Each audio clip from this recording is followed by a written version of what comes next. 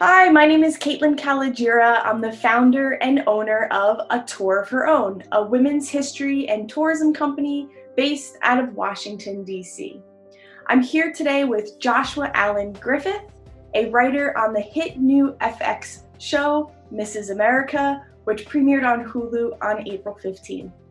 Joshua, we're really super excited to have this opportunity with you. Thank you for taking the time. Let's just start with a really simple question. How are you doing?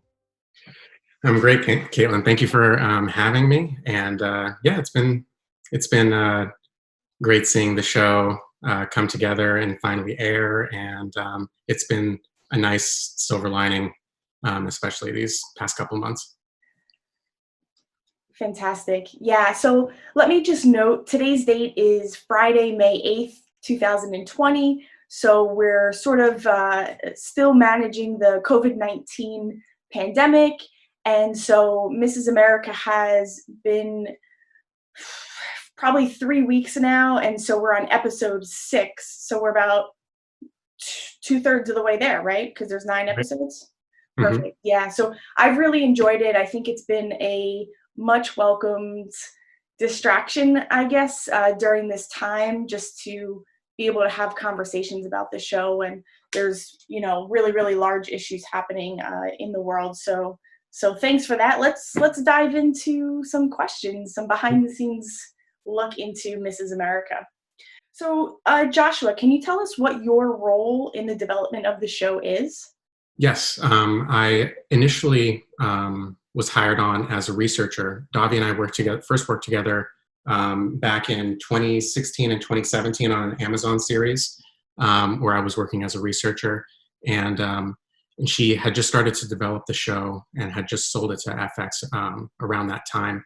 And so she brought me on initially as a researcher to help her with the first couple of episodes and eventually promoted me to staff writer. And then together we wrote the series finale, episode 9. Terrific, terrific. Let's go into the historical research side of it. What we do with the Tour for Own is we share history in a tourism setting. So we also do a lot of historical research, and I know many of our fans are curious. What was that process like? What did the writing team research? How did you do it?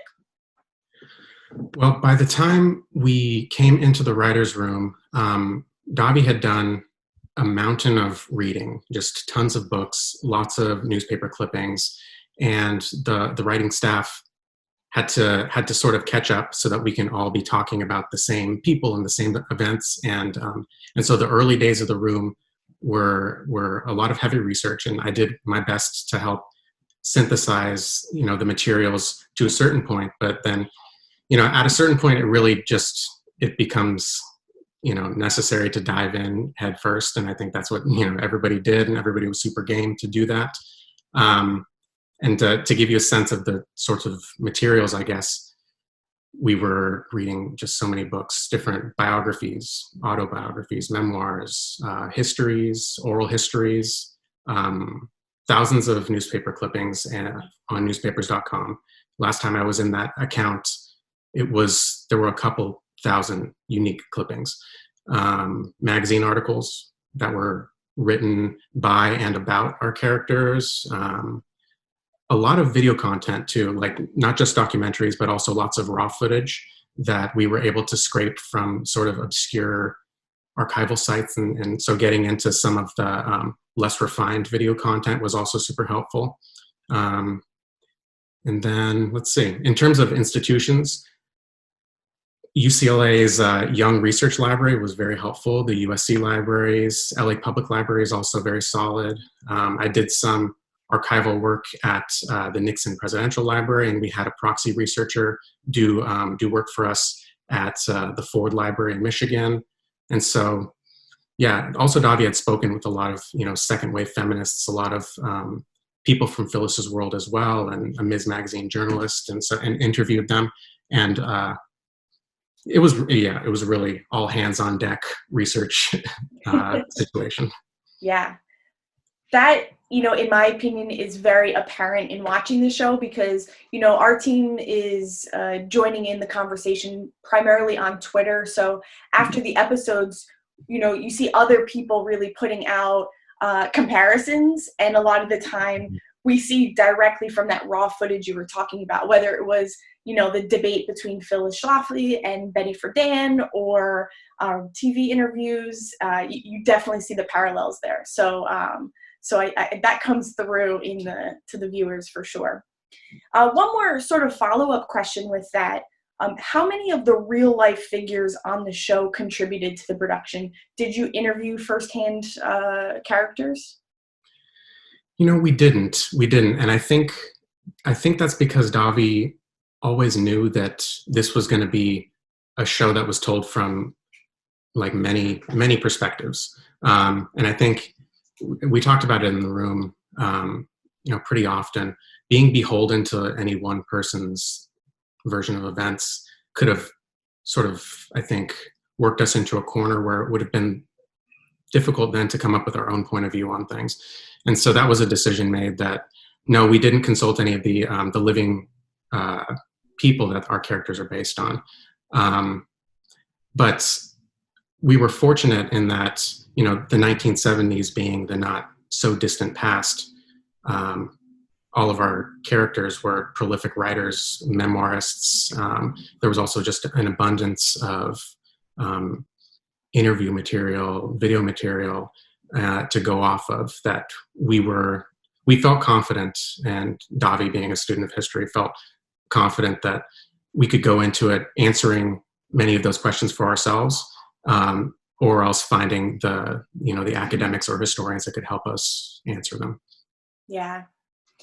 Terrific. One of the things that keeps getting said over and over or tweeted over and over is that women's history is not monolithic.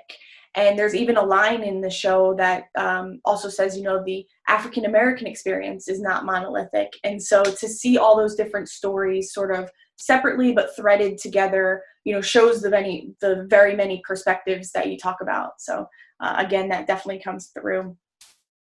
About the content development, how did the writing team decide which of the women to feature? Up until this point, just about all of the episodes, I believe, but one has been named for a specific woman. So how did you pick and choose who would be featured and who would just be a sort of a sub-story or a composite character also, as I see there's some of those as well? Mm-hmm. That's a great question. It's a difficult question to answer too, because as with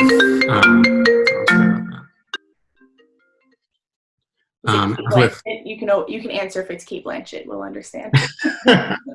No, she's not calling me. It was actually one of our other writers too, but I'll call Sharon later. What was I saying? It is sort of a tricky question, because with any ensemble piece, fictional or historical, it brings a number of unique challenges in terms of perspective. But then when you then add the extra layer of history, you're dealing with two essential questions, which, the first question that we're looking at is the fun question, which is this story dramatic? Is the story that we want to tell about XYZ character, can we make it dramatic, or is it essentially dramatic? And then the second question, which is the not fun question, is does it fit our timeline? And so somehow through lots of story breaking, lots of research, and timeline making, I think we ended up with what is a very elegant episodic structure in which we're able to abide by both of those criteria. We get to tell a story from Gloria's life, a story from Shirley's, from Betty's, Brenda's, Jill's, Bella's, all of those characters. We get to hear a story from their life. We're not telling the life story of any character, not even the life story of Phyllis. We're telling part of her life story, and that's, I think, what makes it an ensemble. Where there's stories that we would have loved to tell, absolutely, but in the end, I think we're all pretty proud of the ones that got their moment in the spotlight. Yeah. There have been several references or mentions of other historical women.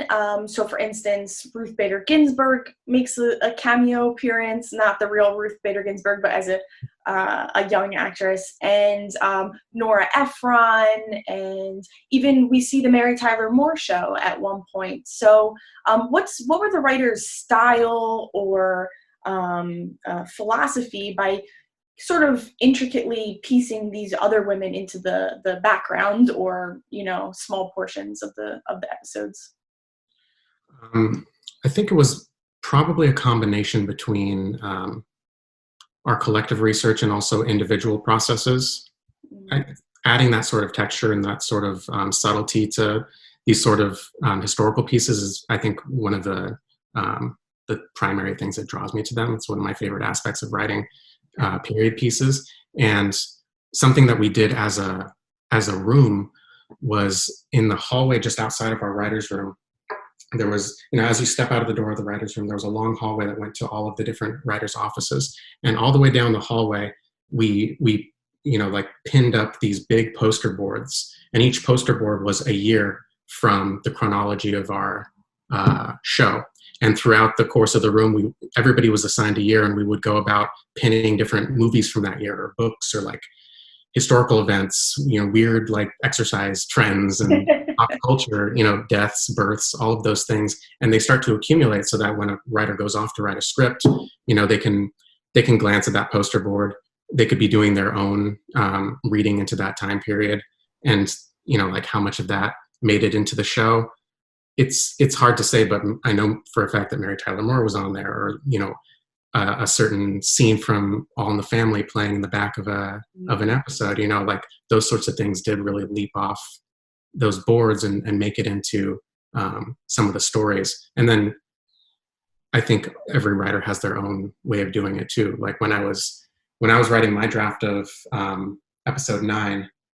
I reached out to a lot of people whose reading tastes I really admire, and people I knew who grew up in the 70s or grew up in the 80s, and asked for different books that I could get into. And so I was reading a bunch of different stuff, like Joan Didion's The White Album, which was published in 1979, and a bunch of essays from the 70s, looking for Mr. Goodbar, and like Fear of Flying, and different like Irma Bombeck joke books and stuff. And like part of it is just getting excited about the script, getting yourself to the desk every day to write something specific and hopefully entertaining. But I also think it's important to nail the language and the culture, and even like less obvious things like, what are people's fears and anxieties during this time beyond just Watergate, Vietnam, the hostage crisis? What are the things nobody else is going to think of? Yeah. Absolutely.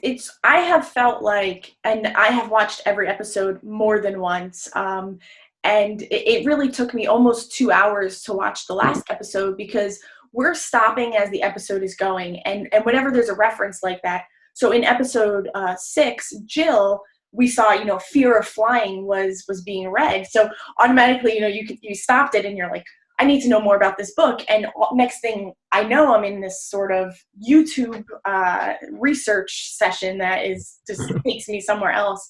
And I think that's the beauty of it, because if you really want to know the culture of what's happening at that time, that opportunity is there in the episodes. Whereas you can also just sit and I think watch it straight to end and feel the drama and the storyline and get the big picture. But I love the references, particularly in one episode. You mentioned the Dubliner, which is a Washington, D.C. Irish pub that we all know very well. And so I'm like, that Dubliner, that's a interesting reference. And sure enough, we did our research, and it opened that year, I believe, 1974. So that was sort of a local connection. So when the Dubliner opens up again after the coronavirus, we'll go and celebrate there, and cheers to second wave feminists. Let's see. I also wanted to note one other scene recently, because I think you were getting on the track of it being relatable. And there was a scene in the last episode as well where Phyllis fixes the tag in a girl's shirt while they're in class, that is very relatable. I mean, I think every woman has had that experience, and we tweeted out that it's there's no party lines when that happens. Like, it's just you fix that girl's tag and all is good. So that was a great scene as well. So let's I'd like to sort of move into reactions and analysis now that there's been a lot of public reaction to the show and lots of conversation around it. But let's just talk a little bit about the characters as well. What has the interaction been like between the writers and the actors and the staff, maybe off screen? Do you have a lot of communication with them? I can speak more to the writing staff than I can to the actors and production staff. But I did go to Toronto for when they were shooting my episode, and I got to meet Kate Blanchett, and I got to meet and hang out with Margot Martindale, and joke around with John Slattery, and manage not to call him Roger Sterling, and that was a great experience. But I was mostly just trying not to sneeze during a take and keep my head down. So I didn't befriend the directors as much as I've come to become close with the writing staff. And to give you a sense of the staff, I mean, we still have a group text that's going strong, and it's equal parts encouragement and just like jokes and ridiculousness. And so it's just. And this happens in a lot of rooms. You get into a room like this and you're just surrounded by the funniest, smartest, most emotionally intelligent people you've ever met. And they're all in one place. It can be incredibly intense, but, very rewarding. There's I'm always trotting out the quote. I think it was Lorne Michaels who said that, if you're the smartest person in the room, you're in the wrong room. And by that standard, I was in exactly the right room. Yeah, it's a good quote. Those group texts, I can't even imagine the conversation, but I would love to see those, but you all should save that group text. It's going to be history of its own one day, I think. So has there been any, either really standard feedback, like consistently, that you've gotten from people, or something really outrageous that you maybe weren't anticipating? Or what's the general feel about the public's reaction to the show? I would say it'll sound self-congratulatory, I'm sure, but the standard feedback that we've been receiving is that the show is awesome and that people are entertained and enjoying it. That's been a lot of the feedback.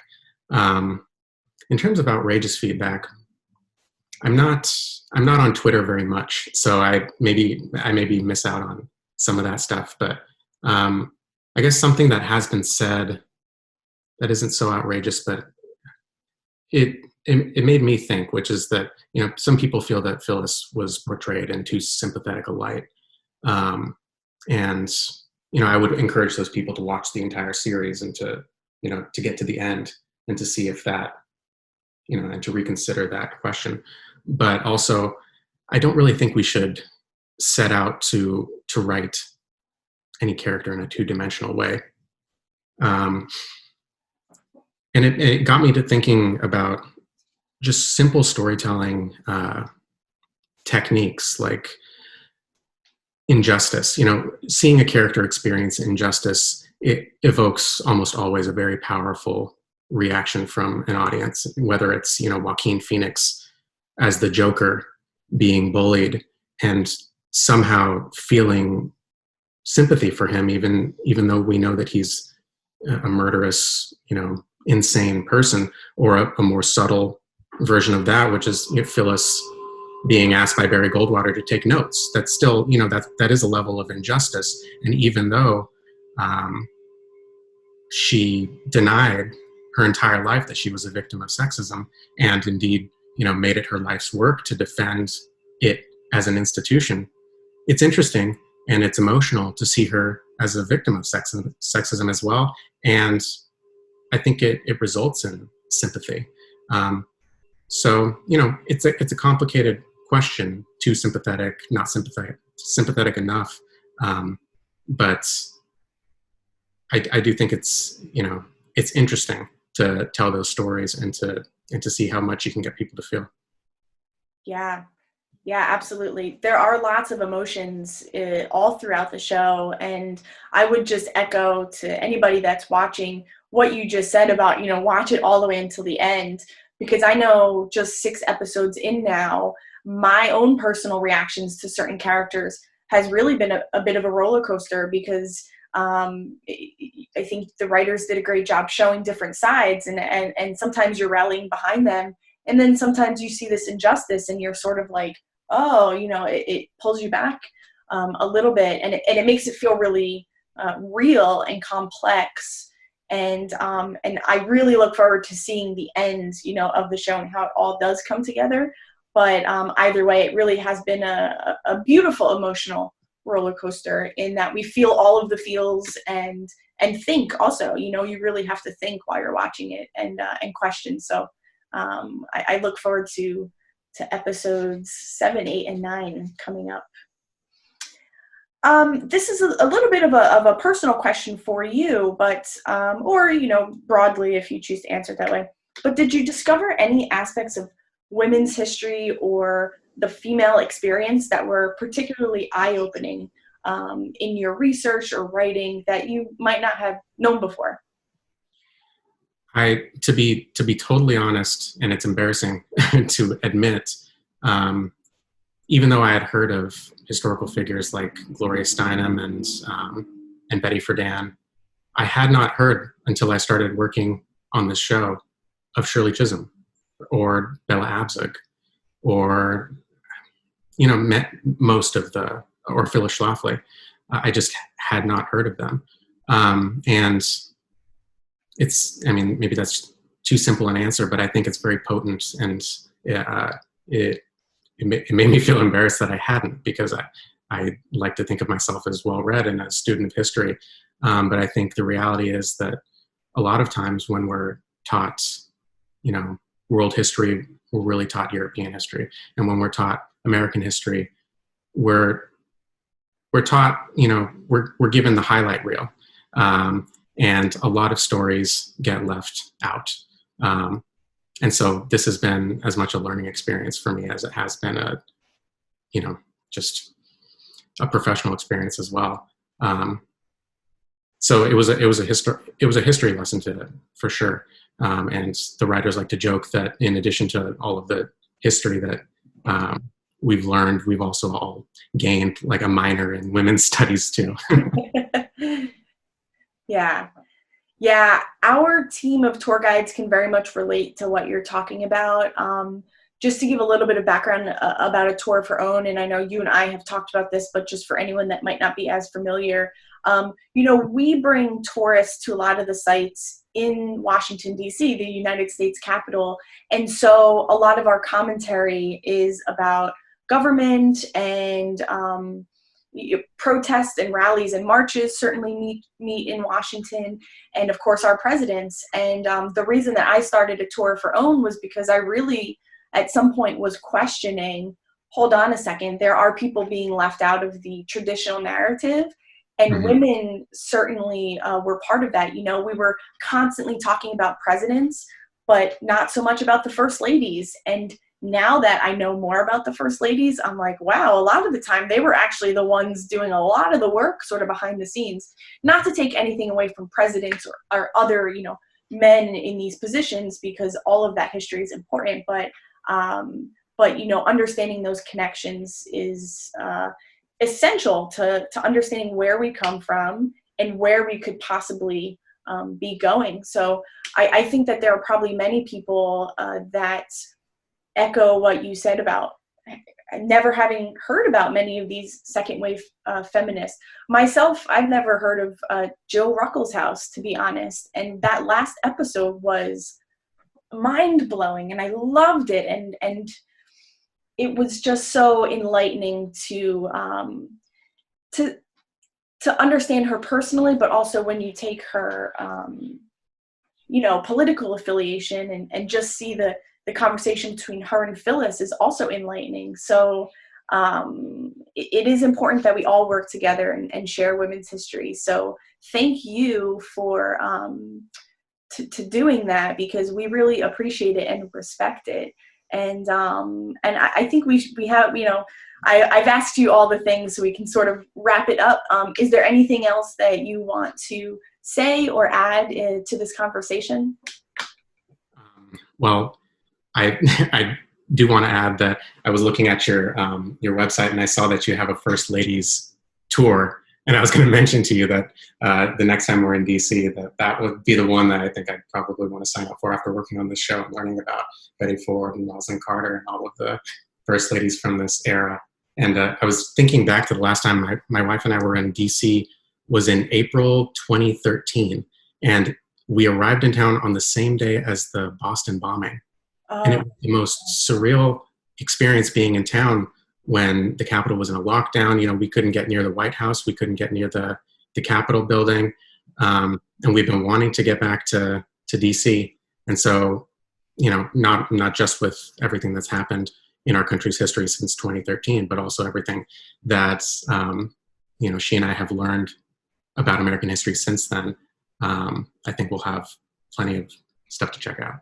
Yeah. You are more than welcome on our tours. We'd be happy to show you our city from a new perspective, and that goes for everybody watching this. And bring your Mrs. America friends along as well.